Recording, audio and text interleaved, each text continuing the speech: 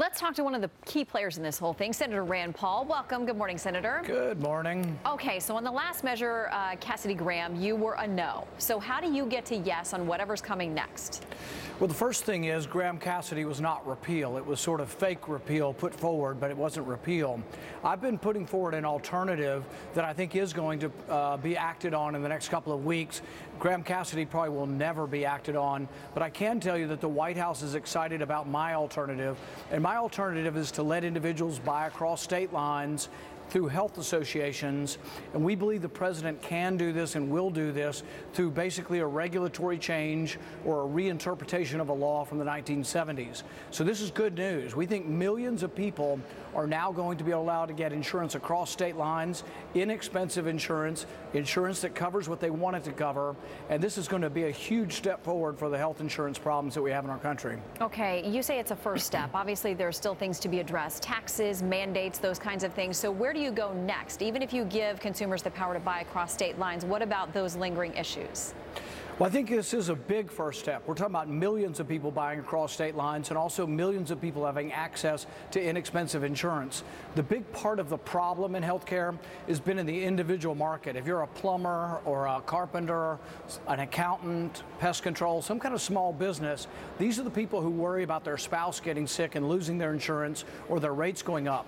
I'm going to let every one of them, about 11 million people, buy across state lines and join associations. The president and I have been working on this. This is a real free market alternative to Graham Cassidy. Graham Cassidy was just a big government reshuffling of Obamacare, but it kept the Obamacare taxes and spending in place. My plan costs $0 and is basically legalizing something. It's giving people the freedom of choice, but it could go a long way towards fixing the problems we have. Then maybe we don't have to go back to a big government solution like Graham Cassidy.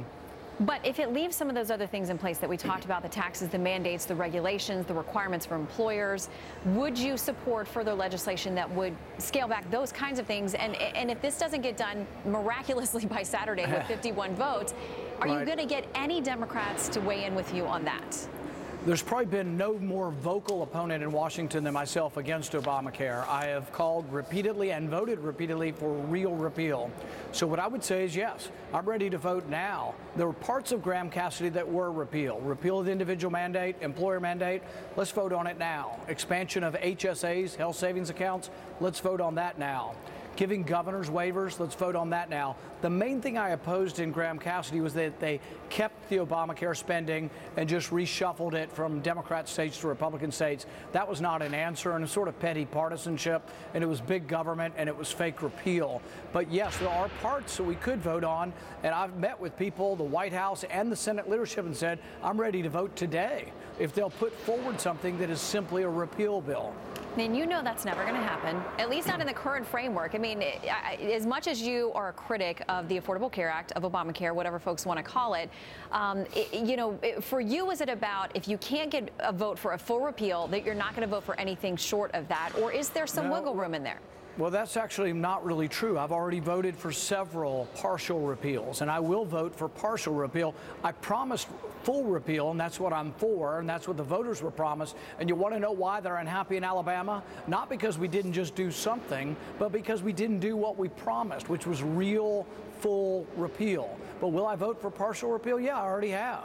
And so I want real repeal. I'm just not voting to replace Obamacare with a Republican version of a big government redistribution that keeps all the Obamacare taxes and spending in place. That's fake repeal, and I'm not going to vote for that. Okay, a tweet from the president. He says, we will have the votes for health care, but not for the reconciliation deadline of Friday, after which we need 60. Get rid of filibuster rule. Leadership on both sides of the aisle says no way, they're not going to do it. It's a tool for the minority, which the Republicans at some point will once again be in the minority. It's the only tool the Republicans would have in that space. The Democrats as minority have to resist the tyranny of the majority. Where are you on filibuster? Right. You know, I think the filibuster serves liberty in the sense that it doesn't allow legislation to move forward too quickly. Over our 250-year history, really, the Constitution was about preserving liberty, so it made the process and the wheels of Congress move slowly, purposefully to preserve liberty. All legislation doesn't lead to liberty, so all legislation is not something we want to happen. So I'm still for the filibuster. But the filibuster didn't stop health care.